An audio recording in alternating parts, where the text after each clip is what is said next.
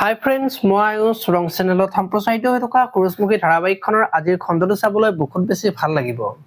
কিয়নো আজিৰ খণ্ডটোত ৰত্নই পৰীক ফোন কৰিব আৰু সোণৰ যে গাটো বেয়া, মেডিকেলত ভৰ্তি কৰিছে সেই কথাটো পৰীক ক'ব। আৰু তেতিয়া পৰী মেডিকেলত যাবলৈ ওলাব আৰু সেইখিনি সময়তে ত্ৰিদীপ আহিব। আৰু তোমাৰ ভাইটিৰ সকলো কথা জানো, সি ইমান ডাঙৰ এটা কাম কেনেকৈ কৰিব পাৰে বুলি ক'ব আৰু সোণক মেডিকেলত ভৰ্তি কৰা কথাটো গম পাই যাবলৈ ওলোৱা ত্ৰিদীপে পৰীক লৈ যাব। আৰু তেতিয়া বিজয়ে যাব নালাগে বুলি কোৱাৰ পিছতো পৰি যোৱা দেখিবলৈ পাব। এইফালে আকৌ ৰত্ন সোণৰ ওচৰত গৈ তাৰ অৱস্থা দেখি বেয়া লাগিব আৰু সকলোৰে দুখ কঢ়িয়াওঁতে তোৰে আজি এনেকুৱা অৱস্থা হৈছে বুলি কান্দি থাকিব। এইফালে আকৌ ৰত্ন সোণৰ ওচৰত গৈ সোণৰ অৱস্থা দেখি বেয়া লাগিব আৰু সকলোৰে দুখ কঢ়িয়াওঁতে তোৰ আজি এনেকুৱা অৱস্থা হৈছে বুলি কান্দি থাকিব। আৰু পাজিয়ে ভগৱানৰ ওচৰত সোণৰ জীৱনটো যাতে ভাল কৰি দিয়া বুলি কোৱা দেখিবলৈ পাব।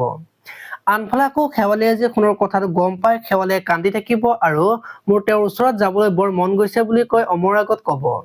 আৰু তেতিয়া অমৰে শেৱালিক দুখ নকৰিবলৈ বুজাই থাকিব আৰু অমৰো বহুত বেছি বেয়া লাগিব।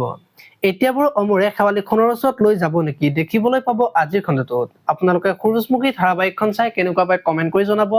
আৰু যদি আপোনালোকে এতিয়ালৈকে চেনেলটো ছাবস্ক্ৰাইব কৰা নাই তেতিয়াহ'লে চেনেলটো ছাবস্ক্ৰাইব কৰি ভিডিঅ'টোত এটা লাইক কৰি দিব। ধন্যবাদ।